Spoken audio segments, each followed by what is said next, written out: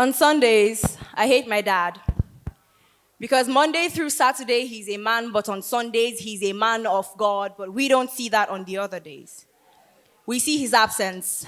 We see his flaws. And I know Christ is the Redeemer, but how do you redeem the mistakes that are consciously constant? I live in Nigeria, but sometimes I swear I am somewhere in Syria, a war zone. But I am a different type of bullet. Made with purpose, one with a ricochet, bouncing off enemy to enemy without getting tired. I am the kind of bullet that comes out of a womb. Tension stretches in my spine, forcing me to stand upright, walking on eggshells. My father's favorite game is chess. And I am trying to be good, but does he not know the pawn always gets slaughtered first? My parents built a stack of cards as a home, and are surprised when it comes tumbling down. Humpty Dumpty does not survive the fall. I am trying not to be like them.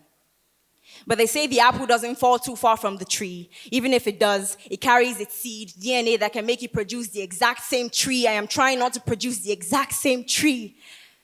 But as I kiss my boyfriend, I see my father's absence in his chin, inconsistency in his smile. It is so attractive.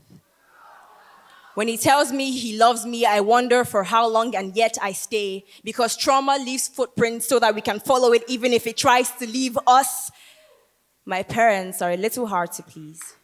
Complaint is simply ingratitude spelt backwards, so I capitalize off the things I can't speak about by turning it into poetry. When I shout, it is the echo of my parents' screaming match absorbed into my veins, ringing out through my bones, through my brain, out my mouth.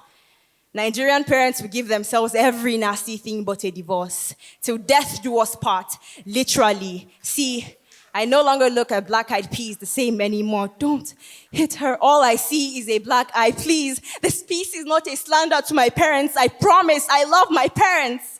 I love them so much that I'll stay up tonight with guilt settled in the base of my throat, suffocating me, my sixth failed attempt.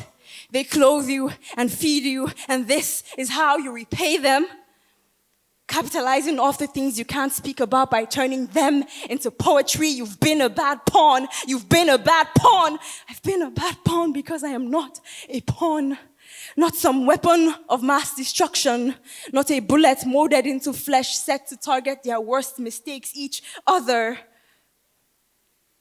Just a kid.